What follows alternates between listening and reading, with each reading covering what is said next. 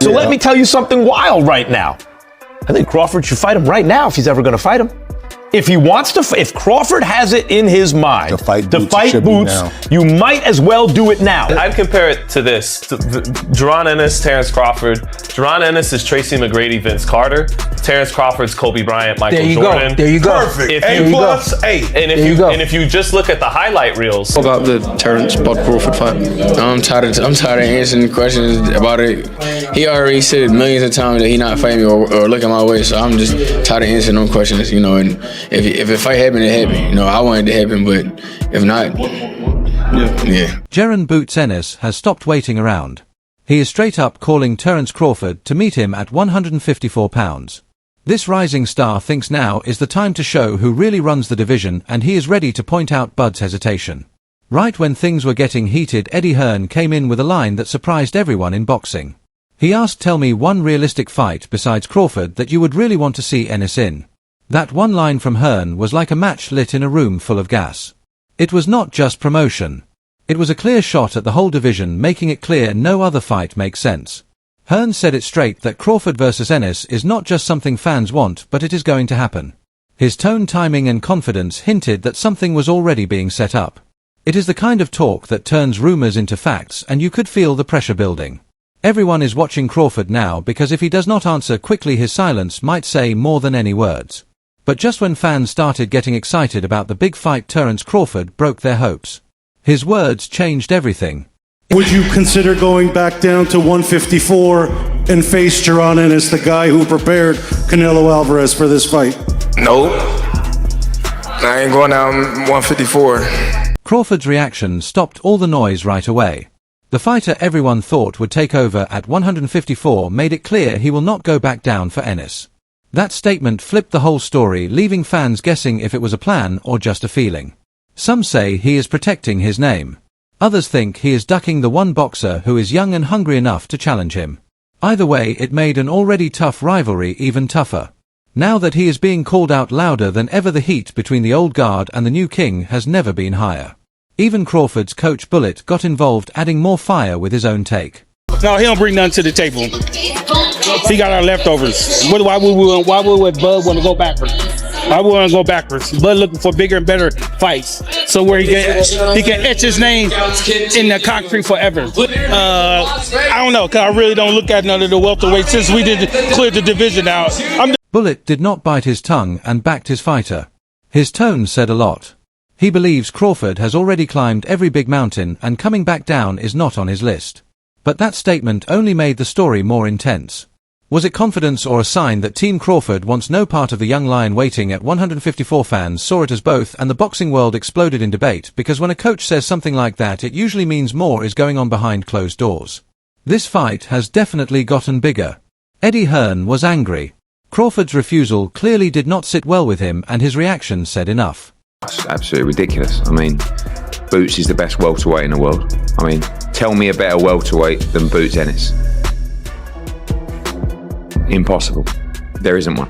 So, he's the best welterweight in the world. I mean, we just finished a FaceTime with His Excellency, who asked me, will we make the Crawford fight? Hearn's voice showed anger and shock.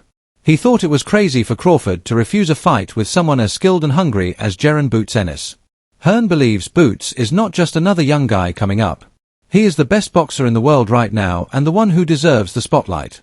His tone was more than just upset. It was a challenge, almost daring Crawford to prove him wrong. The message was loud and clear that being great does not mean running from danger, but facing it straight on. With that, Hearn turned up the heat, bringing this possible fight back to the front of the boxing world. Eddie's anger did not stop there. After that heated outburst, he went even deeper, explaining why he thinks Crawford's choice makes no sense. Hearn started by saying what he thinks everyone already knows. Crawford's past opponents were simply not the same fighters they used to be. He said many of the guys Crawford fought were sadly past their best days. Even though he sees Crawford as a once-in-a-generation talent and thinks he is amazing, there was no hate in his words, only truth. Hearn agreed that Crawford is a generational fighter, but he made a key point about timing.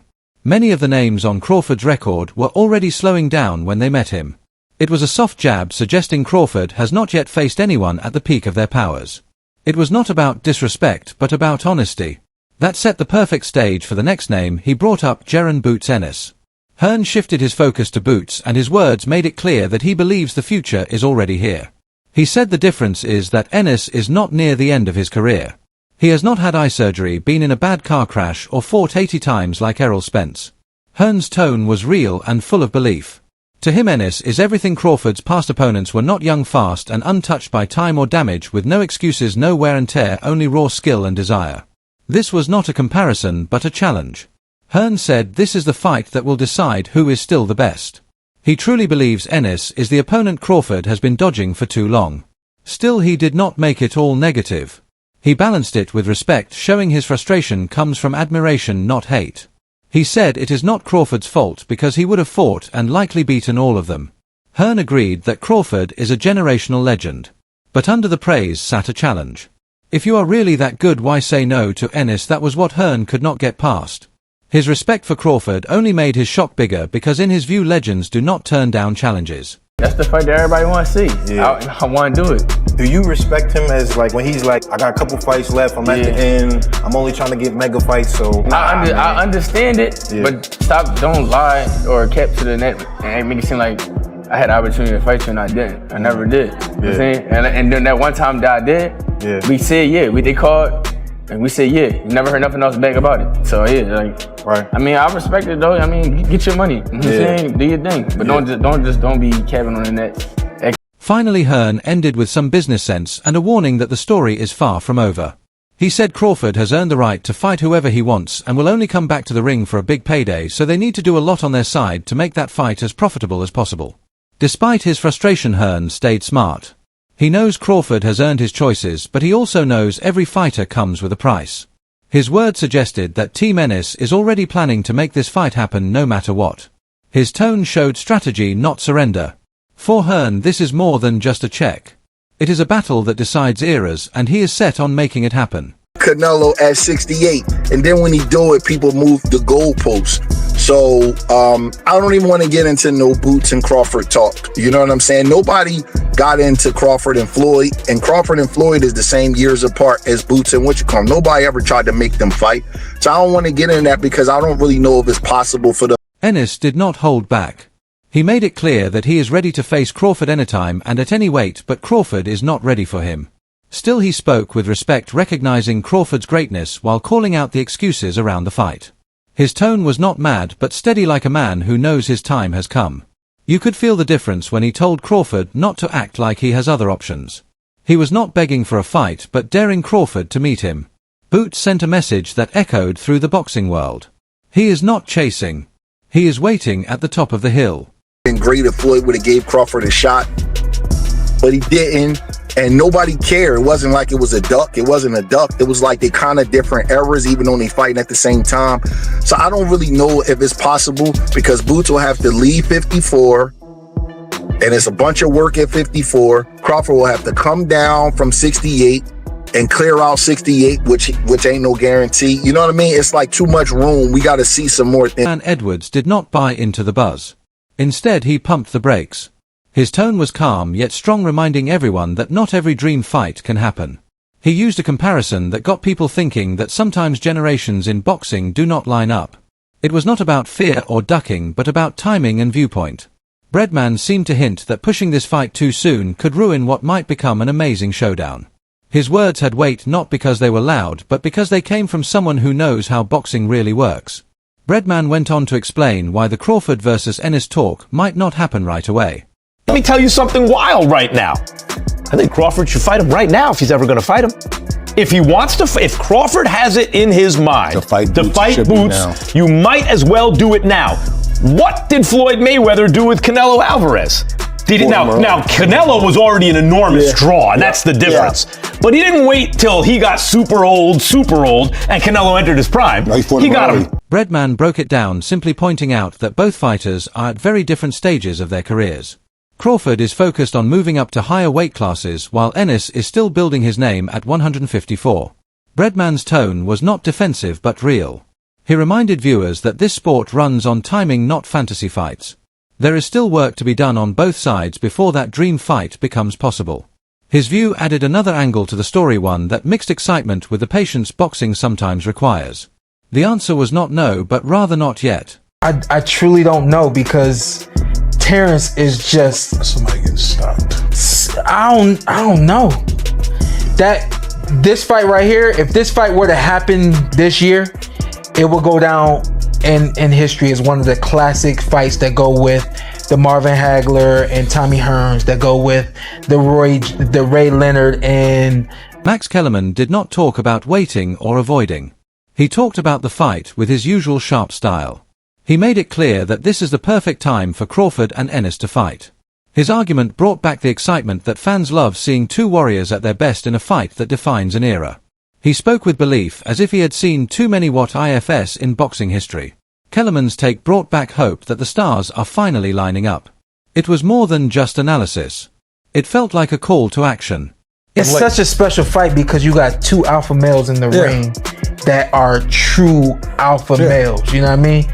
I was an alpha male until I got in the ring with that dude. It just that dude, like, it was like the more he wasn't allowing me to do what he wasn't, and it was like, damn, okay, well then. Former world champion Shawn Porter, who had fought Crawford, spoke with authority and true wonder, thinking about what a fight between Crawford and Ennis would mean for boxing. His tone was not about guessing, but about legacy. You could hear the respect in his voice as he compared it to classic fights from past eras. He described it in a way that this would not just be another good fight, but one that fans would talk about for years. Porter's view gave the matchup a sense of history and fate, as if he could already see it as one of the sport's greatest rivalries. It was respect mixed with excitement, the kind that only a fighter who had been there could feel. You kidding me right now? Come on, Sean. I respect Ennis. Listen, I respect Ennis. I love his pops. His pops is cool. His whole crew is tight. You know what I mean? Like, but who the hell is Spence as Boots fought? It's a different type. Like, you can be riding that wave. You've been getting all these knockouts of all these other different guys, but you've never been in the ring with an animal like Crawford. And when you get in there for the first time and you get hit upside your head and you see that you can't do the stuff that you usually do against the guys that you fought, you know, at the lower level. Porter described the fight as not just two boxers meeting, but two strong men stepping into the same space and refusing to give in. Porter's insight was unique because he had lived that reality. He felt Crawford's presence inside the ropes. His words painted a mental and physical battle where neither man is willing to step back. It was not about punches, but about pride, control, and being the best. Porter knew how serious this fight would be. It is the kind of raw energy that turns a matchup into a moment and then into history. Then Sean Zittel broke down the Crawford versus Ennis talk in a way no one expected, using basketball legends to paint a picture. His example captured the generation gap, with Ennis' fresh explosive energy versus Crawford's polished greatness. It was more than just clever because it showed how fans see both fighters right now. Zittel's tone was funny yet serious, suggesting that greatness is more than just highlight clips. It is about legacy, control, and how long you can stay on top. The comparison made fans wonder if they were watching history repeat itself, just with gloves instead of sneakers. I would hate for him to get in this type of fight with Crawford. You know what I'm saying? I would hate for him to get in this fight and look average. Because if you go back and you watch a lot of, and he's a spectacular fighter. Boots is a spectacular fighter. I'm a fan. I'm a fan of Boots. I think he's next. But he needs to be tested. He needs to be tested with. Tim Bradley, who is never afraid to speak his mind, gave a sharp warning to anyone getting carried away with the Ennis hype. Bradley's tone was strong, almost like a wake-up call for the crowd. He made it clear that while he respects Ennis and his skills, Crawford is a different kind of beast. According to Bradley, fighting Bud is nothing like fighting anyone Ennis has faced before. It is a whole new level of danger. Bradley spoke with the authority of someone who has been there and knows what it is like to compete against elite fighters. He was not trying to tear Ennis down, but to remind everyone that highlight videos and real fights are very different. His message was simple, that the ring will show the truth.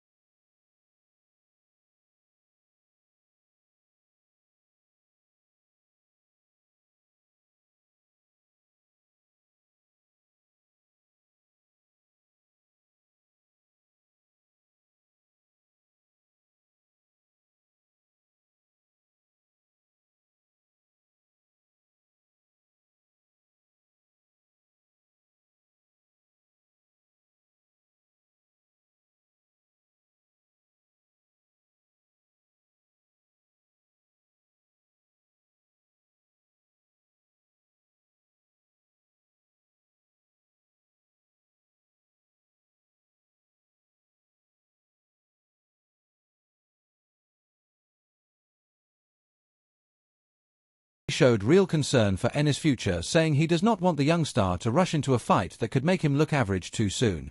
Bradley's words showed respect and experience. He likes Ennis and knows he is special, but he still needs to test his skills before stepping in with Crawford. It was not criticism but tough love from a fighter who knows how fast hype can fade in boxing. His message cut through the debate that talent is one thing but proving it against the best is something else completely. Finally, one thing is clear. Jaron Ennis versus Terence Crawford is not just another fight. It is a clash between generations, youth and legacy, the future and the present. Every voice from Eddie Hearn's frustration to Crawford's silence to Porter's respect and Bradley's caution fuels an already hot fire. The boxing world is holding its breath, waiting for the moment when both men decide to settle things in the ring. What do you think? Is Crawford protecting his legacy or just being smart with his timing? Is Ennis truly ready to face one of the greatest fighters of all time? Would this fight live up to the hype, or could it change boxing forever? Please share your thoughts in the comments below. We would love to know which side you are on. Do not forget to subscribe to our channel and stay tuned for more videos like this as we keep bringing you the hottest boxing discussions, reactions, and behind-the-scenes stories.